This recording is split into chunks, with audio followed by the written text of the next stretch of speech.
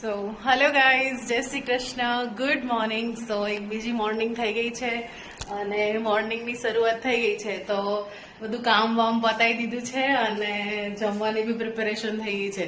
તો જો દાળ ભાત મુકાઈ ગયા છે, અહીંયા લોટ બંધાઈ ગયો છે, શાક હવે વઘારવાનું છે.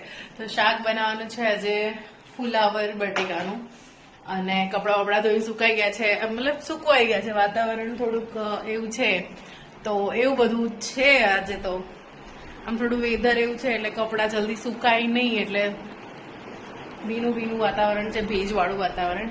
તો આવું કંઈક છે. હવે તો પાછું બેક ટુ ઘર. સો આવું કંઈક છે મારું ઘર. તો જોઈ શકો છો તમે, કપડાં જલ્દી સુકાઈ જાય એના માટે હું અહીંયા સૂકવી. ગાઈઝ જો મસ્ત ફુલાવર બટેકાનું શાક બની ગયું છે. સો લેટ્સ જોઈ લઈએ કેવું બન્યું છે.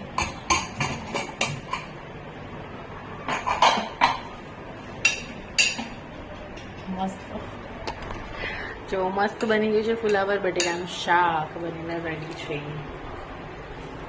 તમે લોકોએ શેનું શેનું શાક બનાવ્યું છે કમેન્ટ કરજો મને બ્લોગમાં.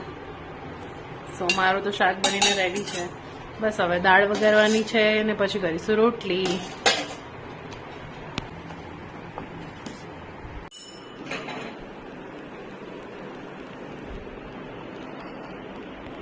બધાને મારો વ્લોગ કેવો લાગે છે પ્લીઝ મને કમેન્ટ કરીને કહેજો, અને પ્લીઝ મારા પેજને ફોલો કરવાનું ના ભૂલતા, અને મારી યુટ્યુબ ચેનલ છે તો એને પણ સબસ્ક્રાઈબ કરજો અને મને સપોર્ટ કરજો. સારા સારા કન્ટેન્ટ હું પોસ્ટ કરતી રહીશ. તો બસ આજ માટે આટલું જ. કંઈક નવું હશે તો વ્લોગ ક્રિએટ કરીશ અને પોસ્ટ કરીશ. તો બાય બાય, જય શ્રી કૃષ્ણ, મળીએ નેક્સ્ટ વ્લોગ.